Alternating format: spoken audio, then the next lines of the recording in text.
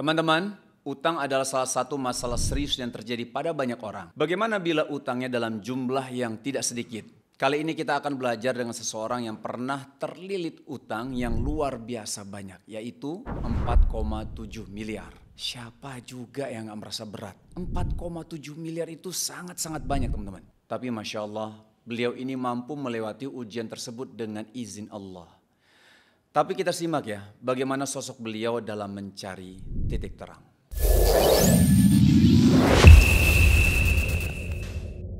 Beliau adalah Pak Budi Susilo Setiawan, sosok di balik keberhasilan usaha properti syariah yang biiznillah telah membangun dan menjual ratusan unit. Namun siapa sangka kalau beliau pernah mengalami ujian utang yang sangat besar ketika mengawali bisnisnya di bidang peternakan. Sebenarnya mulai muncul permasalahan itu tahun 2012. Kan usaha kita yang pertama sampai dengan hari ini itu peternakan. Dari peternakan kemudian kita ada hasil, dan hasil itu kita wujudkan aset tanah. Namanya usaha kan pasang surut ya. Salah satu surutnya itu dikarenakan banyak tagihan kita yang tidak tertagih, piutang tidak tertagih, sehingga menyebabkan kita punya hutang kepada supplier. Ini supplier menyuplai ke kita, sehingga menjadi hutang kita kepada supplier. Kita menjual kepada konsumen dan tidak terbayarkan, sehingga menjadi piutang kita yang tidak tertagih. Dan ini kan kita harus bertanggungjawabkan, dan nominalnya cukup lumayan. Nah, untuk mempertanggungjawabkan itu, kita nggak ada cash kan. Yang kita bertanggungjawabkan apa? Lahan. Tapi beliaunya nggak mau dibayar lahan. Tanah waktu itu sekitar 200. Dan kalaupun tanah itu laku juga belum tentu menutupin juga. Iya, kalau 200 kali kan 2 hektar kan sekitar 4 M ya. Masih kurang. Nah, makanya ya sudah, intinya kan kita ada itikat untuk menyelesaikan itu semuanya. Dan mereka tahu ini bukan kita buat-buat, ini sebuah perjalanan yang terjadi mungkin karena kekhilafan kita, bukan karena sebuah tabiat, tapi ini karena sebuah pembelajaran, ya kebodohan kita lah. Kita sampaikan kepada yang punya, ya kalau piutang tetap kita tagih ya, hasilnya tentunya ada yang dapat, ada yang tidak. Mulai diucapkan Pak sampai sekarang? Iya, sampai sekarang.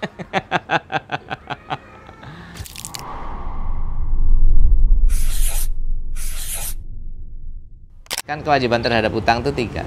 1, kita ingatkan untuk dibayar. Yang kedua, kita berikan waktu. Yang ketiga, kita sedekahkan. Nah, kita ingatkan kan sudah. Kita berikan tengah waktu sudah. Jadi kalau tadi dari piutang itu, jadi dari sisi piutangnya sendiri tetap kita tagih. Kemudian dari sisi kita punya aset tetap kita liquidkan, terlepas dari kita ikhtiar yang lain ya. Nah, intinya kan kalau buat si yang punya utang ini tetap harus terbayarkan. Nah, maka kita melakukan pendekatan. Dan ini bukan dibuat-buat bahwa nih kondisinya seperti ini, uang ada di si A, si B, si C, tapi bukan berarti kita melemparkan tanggung jawab untuk ditagih, biar kita yang nagih, tapi maksudnya diketahui bahwa kita itu tidak memanipulasi itu semuanya. Ya kalau mau dikatakan karena ini kebodohan kesalahan bolehlah, tapi ini insya Allah kita pertanggungjawabkan. Nah, dalam mempertanggungjawabkan itu, kalau mau segera selesai sekarang, ini tanah dibawa, suratnya ada. Nggak mau, ya sudah, kalau nggak mau maunya uang, minta waktu. Minta waktu kalau pingin cepet, mana yang cepet kita jual curah atau parting. Kita waktu itu selalu berpikir jual curah. Makanya 2 tahun menunggu itu dijual curah itu. Dari 2012 sampai 2014 itu kita menjual curah. Dan sudah ketemu dengan 4 konsumen, ganti-ganti konsumen, dan sudah MOU. Gagal. Nah, makanya tadi kenapa kita bisa bilang ini diperjalankan, karena semua ikhtiar sebenarnya sudah kita tempuh. Pak, ini ya sudah di DP ini tanah nih, buktinya ini, konsumennya ini, tunggu ya nanti. Ternyata pada waktunya tidak jadi juga, dan itu sudah 4 kali gitu. Nah, kemudian mertua bilang udah coba dikaflingin, diparting.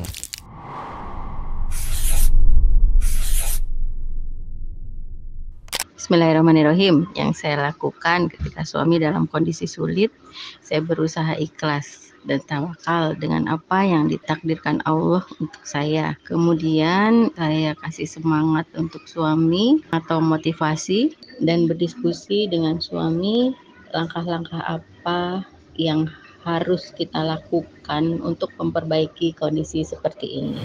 Mendoakan Abi dan Umi agar tetap kuat, berusaha untuk memahami kondisi sulitnya, mendoakan agar diberikan kemudahan dan keberkahan dalam setiap ujiannya. Nah, ketika diparting, ya sudah Pak, izin saya kaflingkan.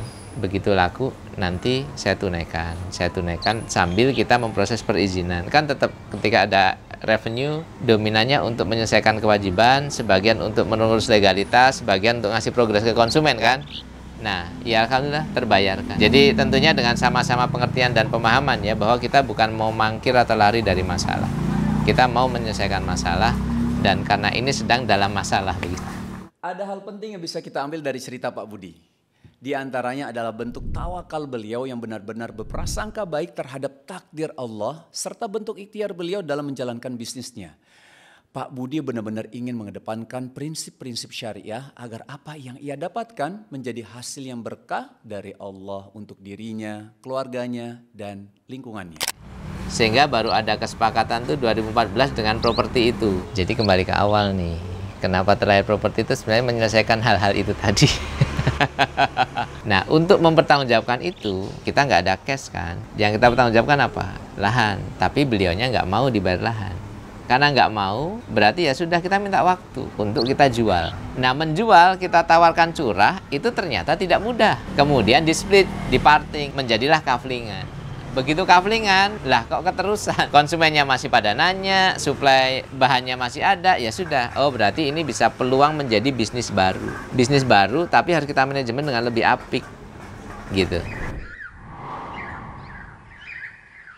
Bagaimana kita ini menjaga value Islami. Terlepas dari transaksi yang kita ini kan adalah satu, tidak riba, kemudian kita tidak ada denda, tidak ada sita. Salah satunya adalah adanya sebuah pesantren alami. Kita berada di dominan kita ini di pedesaan dengan geografis pedesaan, dekat dengan sungai, dekat dengan sawah, dekat dengan masyarakat perkampungan, begitu ya.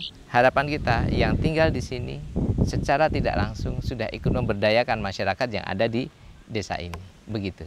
Dan bisa dilihat Allah berikan keberkahan pada usahanya hingga bisa dirasakan langsung oleh masyarakat sekitar. Dulu ya memang hutan di sini, sekarang alhamdulillah berkat ada Pak Budi, sekarang warga pada bekerja. Ya dulu nganggur lah, intinya dulu desa tertinggal, sekarang berkat ada Pak Budi warga pada bekerja lah gitu, nggak ada yang nganggur. Alhamdulillah kita bisa berjualan ini. Memang dari awal dapat ikut Pak Budi 6 tahun itu diberikan kesempatan untuk buka warung bakso gitu. Beliau Pak Budi mewakafkan tanahnya ini untuk dijadikan UMKM.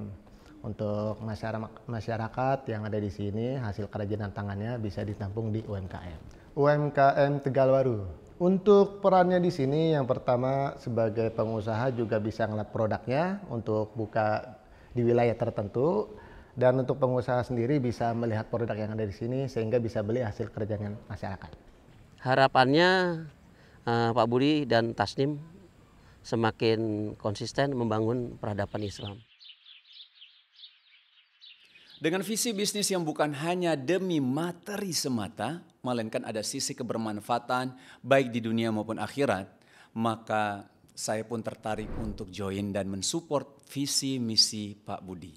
Saya juga berharap ini menjadi pahala jariah juga untuk saya. Amin. 1, 2, 3 kita sudah yakin, kita sudah ikhtiar optimal dan dibarengi dengan ilmu, itu sudah berhasil, itu sudah di depan mata. Tapi bisa jadi Allah ini kasih keberhasilan itu langsung. Kalau langsung maka pertanyaannya kita bersyukur nggak? Diuji kan, sabar dengan bersyukur nggak? Yang keduanya bisa jadi Allah tangguhkan. Ketika ditangguhkan kita sabar nggak menunggu hasilnya. Atau jangan-jangan 1, 2, 3 udah saya lakukan kok nggak hasil-hasil, ngeluh gitu ya. Kemudian yang ketiga bisa jadi Allah ganti dengan yang lain yang lebih sesuai dengan kita. Sabar ini menjadi penting dan rata-rata di poin yang keempat ini, di kesabaran dan keistiqomahan ini kita banyak tereliminir. Selesai udah gitu. Padahal salah satu konsep keberhasilan yang Allah sampaikan itu kita harus sabar. Bukankah sabar atau keistiqomahan ini juga salah satu rukun dari keberkahan? Jadi kalau setiap amal yang kita ingin dapatkan keberkahan itu salah satu rukunnya harus sabar, harus istiqomah. Begitu kira-kira. Ya, alhamdulillah 2016 selesai. Dalam sebuah proses dalam sebuah perjalanan kita tentunya harus fokus. Jadi kita menentukan 1, 2, maksimal 3 tujuan misalnya, kemudian kita berorientasi di situ dan kita fokus di situ.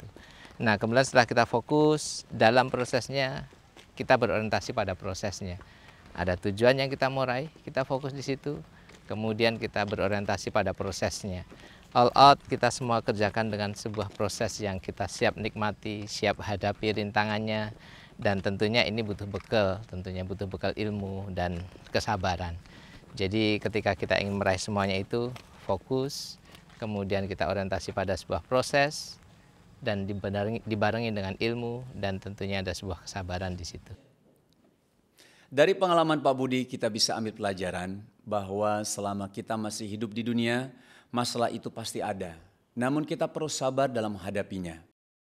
Dan kita harus yakin bahwa masalah dan ujian yang kita hadapi itu pasti ada hikmahnya dari Allah. Maka kita wajib berprasangka baik dalam melewati ujian itu. Karena Allah sesuai dengan prasangka hambanya.